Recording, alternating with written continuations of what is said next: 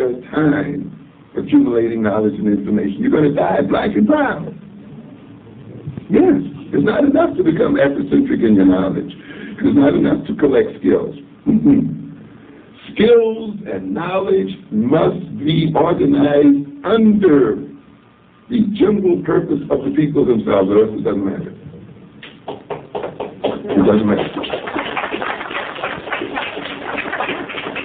The working of whites in this country, even though they may see they're going to their jobs as individual activities, the sum total of those individual activities represents the strength of this nation. They represent its capacity to militarily defend them against their enemies. They're going to work with their skills represents the power of this nation to dominate in the world.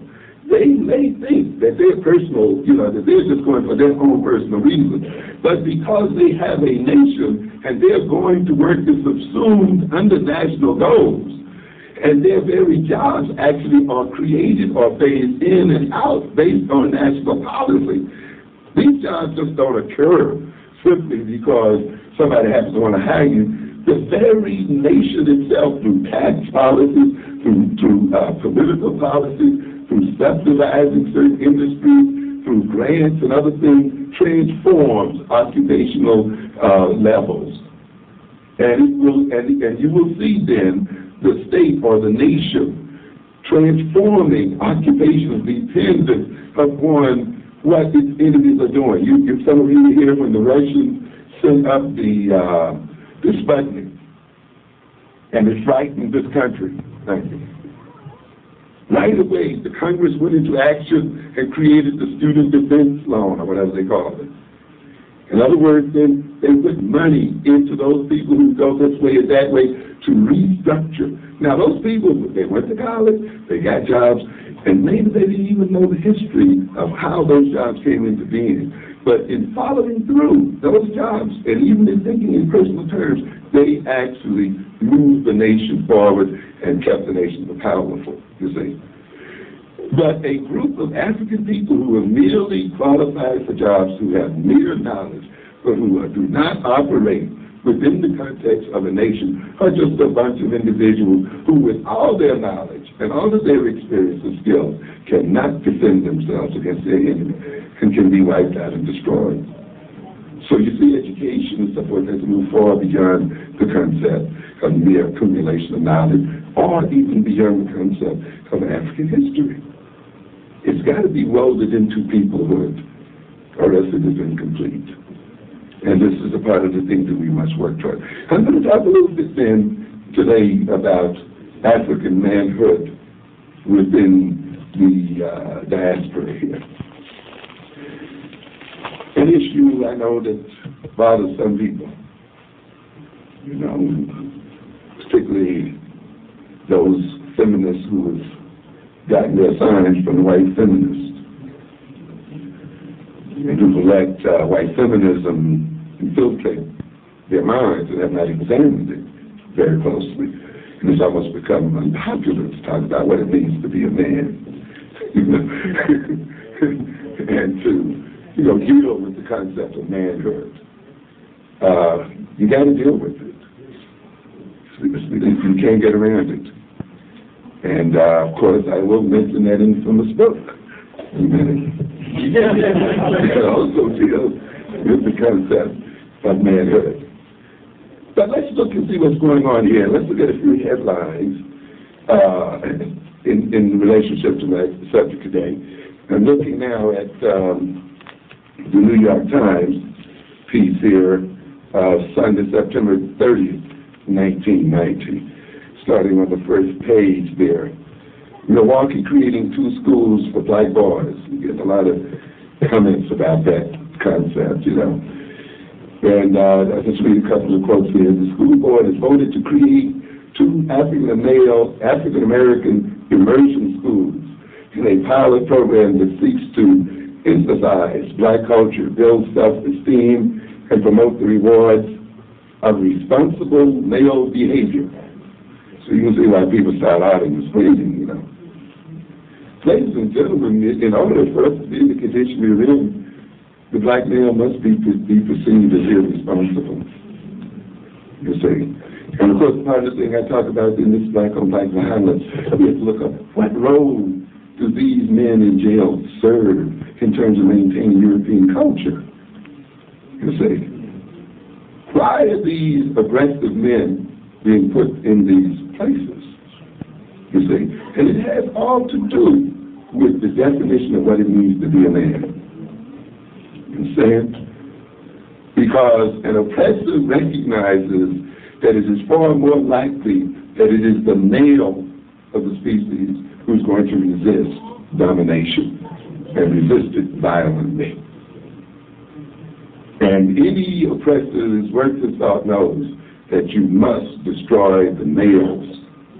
You must imprison them, humiliate them, do any other kind of thing to them in order to hold the people down.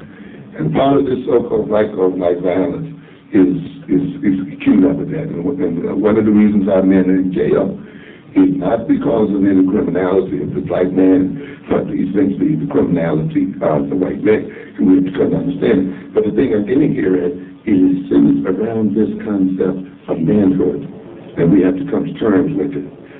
And it goes on to say here that the Milwaukee plan, pushed by a group of black educators and parents, represents the most dramatic educational approach aimed at saving the next generation of young black men from the social maelstrom now devouring much of the current generation.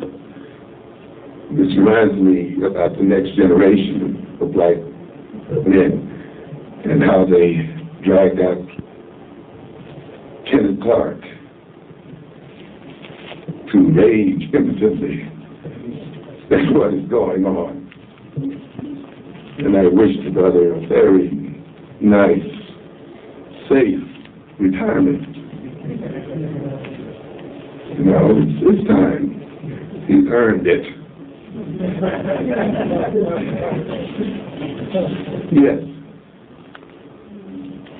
36 years of the philosophy of Kenneth Clark. 36 years. And what do we have to show for it? 36 years of assimilationism, integrationism, being taught by white folk, and this other kind of stuff.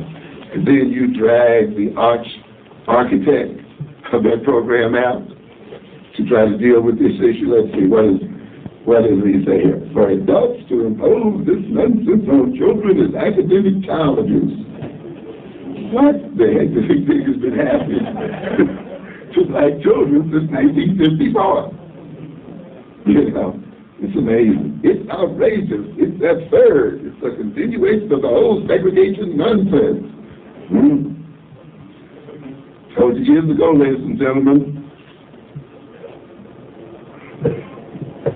information has theoretically little to do with education. We tried to warn you that the NAACP was not about the education of black children, it was about the integration of black children. And those two things are not coterminous. You see, hopefully we learned our lesson. And so we are seeing some reactions and changes to that. So anyway, here there's education. Often what is not talked about here, of course, is the situation in Milwaukee. And say that here it says, educators are familiar with the consequences of the dire circumstances. Nearly 1 in 4 black American men in their 20s is in jail, on probation or parole, while 1 in 5 in that age group is in college. And I'm sure you're familiar with that statistic. 1/4 more of our males are in jail on parole or in some relationship with the so-called criminal justice system. Among black males 18 to 34 years old, homicide is the leading cause of death. Men killing each other in the interest of white domination. This is what's going on. Fewer than 20% of black male students in Milwaukee schools maintain a C average or better. And this is a part of the crux of the issue. What do you do when literally you got 80% of the males basically white? flunking. Only 20% making C or better. And it's the best thing that our so-called leadership can do is offer us more of the same old things that have not worked. These people are in a drastic set of circumstances, as we all are. And of course, they recognize that some heavy changes had to be made if we're going to get out of it. And it's too bad, you see, that we had to lose a generation or two of our people in order to learn this lesson.